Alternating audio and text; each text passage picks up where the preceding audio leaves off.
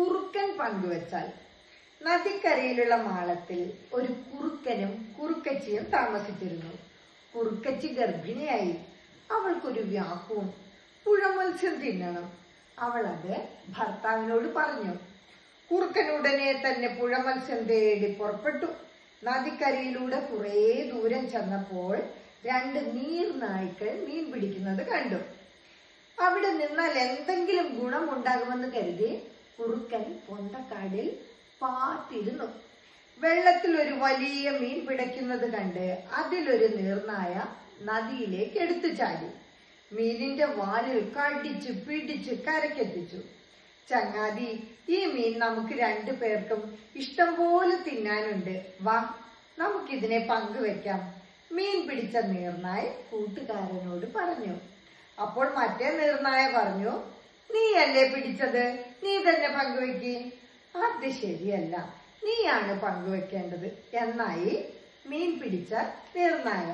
ആര് പങ്കുവെക്കണമെന്ന് അവർ തമ്മിൽ തർക്കവും വഴക്കുമായി.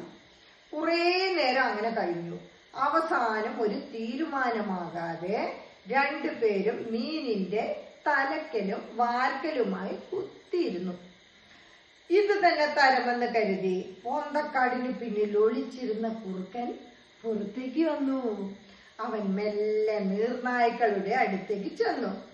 കുറുക്കനെ കണ്ടതോടെ അവർ ഒരുമിച്ച് പറഞ്ഞു, സുഹൃത്തെ, ഞങ്ങൾക്ക് ഈ വലിയ മീൻ ഒന്ന് തുല്യമായി പങ്കുവെച്ചു തരുമോ? എങ്കിലും ഉപകാരമായി. കുറുക്കൻ ആദ്യം കുറച്ച് തിരക്ക് ഭാവിച്ചു. പിന്നെ അവർക്ക് വേണ്ടി എന്തോ വലിയ ത്യാഗം ചെയ്യുന്ന മട്ടില് മീൻ പങ്കുവച്ചു.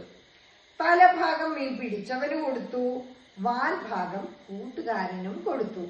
പങ്കുവെച്ചതിന് കൂലിയായി നടുമുറി എനിക്ക് എന്ന് പറഞ്ഞുകൊണ്ട് മീനിന്റെ വലിയ നടുമുറിയും കടിച്ചെടുത്തുകൊണ്ട് കുറുക്കൻ ഒരൊറ്റ ഓട്ടം വെച്ചു കൊടുത്തു. ആ നദിക്കരയിലുള്ള ഒരു വൃക്ഷത്തിൽ വനദേവതയായി കഴിയുകയായിരുന്നു ബോധിസത്വൻ.